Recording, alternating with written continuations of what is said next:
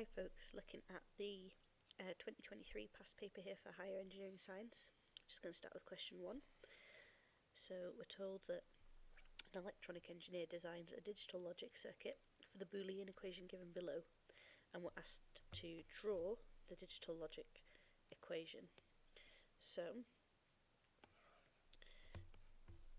you know that you're going to have to draw a digital circuit.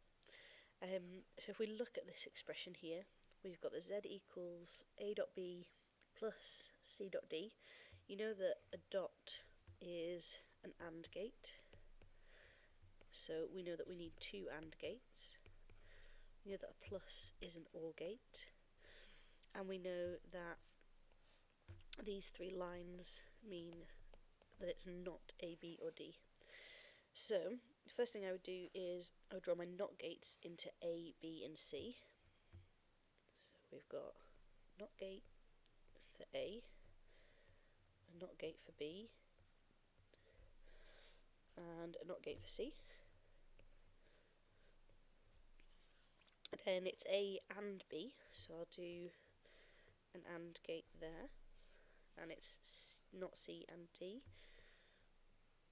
so I'll do an AND gate there, and it's an OR for both of those expressions, so we can do that.